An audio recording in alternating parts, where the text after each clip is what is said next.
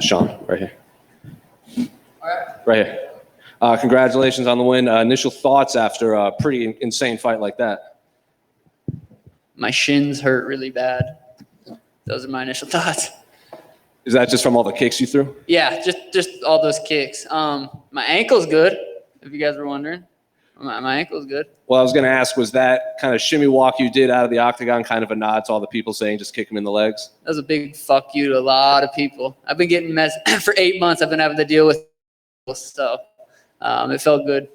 I got asked about the head kick in the first round. I think everyone back here, probably including yourself, thought the fight was over. Obviously, the ref let it continue. Thomas showed how tough he was. But what were your thoughts after that whole scene right there? Yeah, Thomas is tough as nails. I don't know. He cracked me once at the end of the second round.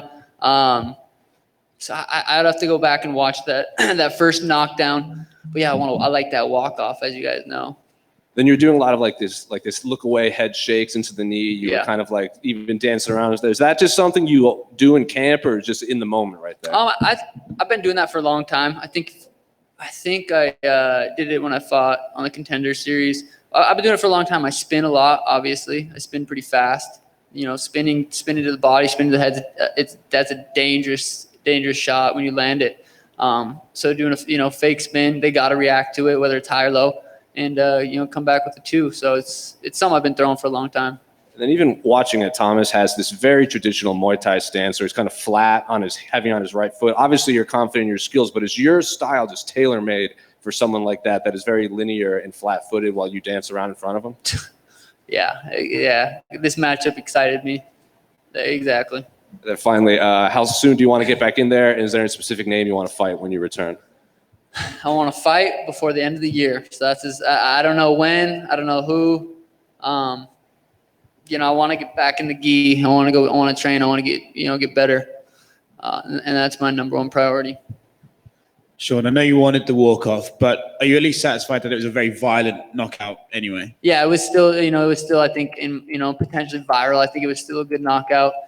That shot, it was unnecessary. I looked in his eyes. He wasn't there. But, in the first round, after the ref said, hey, if I don't stop it, you gotta keep fighting. So I had to give him one more little juicer to the lips.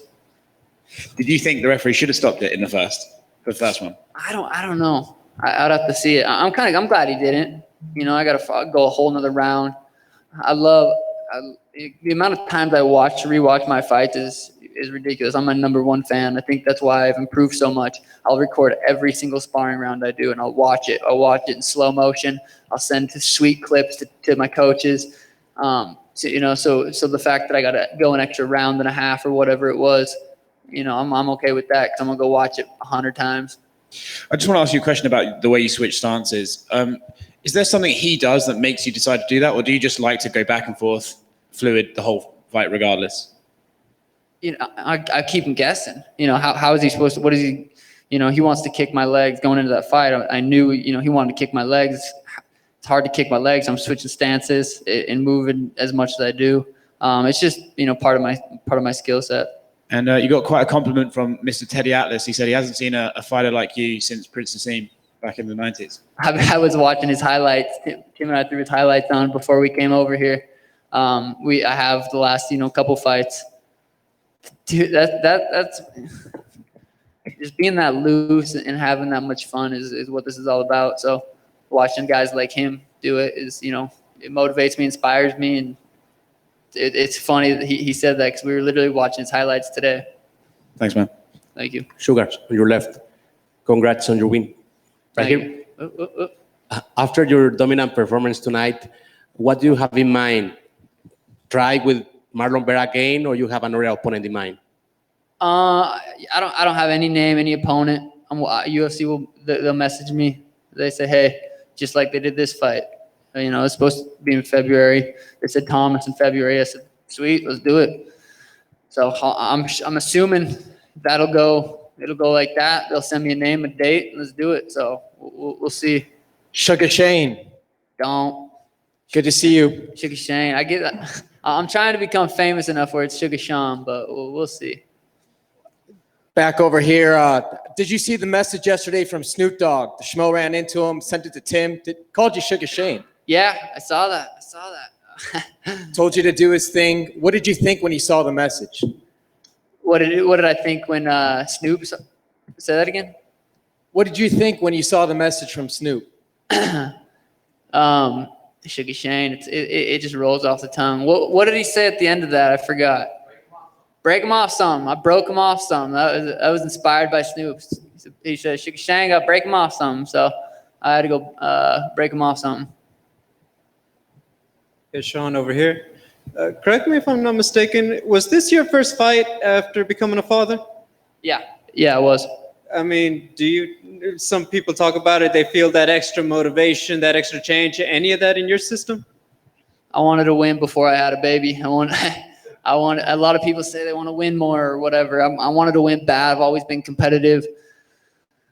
You know, I'm so excited to get home, more excited to get home now to see Danny and Elena. But, you know, before I had a baby, I wanted to win 100%. Now that I have a baby, I want to win 100%. It didn't change in that aspect. It didn't make me train harder. I'm training. I'm doing everything I can to go win a fight. But, you know, fatherhood's been awesome. Just to talk about your celebration in the cage, you hit the jumper. Was there anything behind that particular celebration, or is it just because you used to play basketball?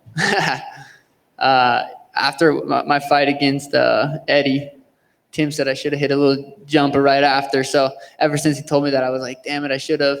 And it just kind of happened. Congrats. Thank you. I just went back here. Almeida is definitely durable, but how much fun did you have in there?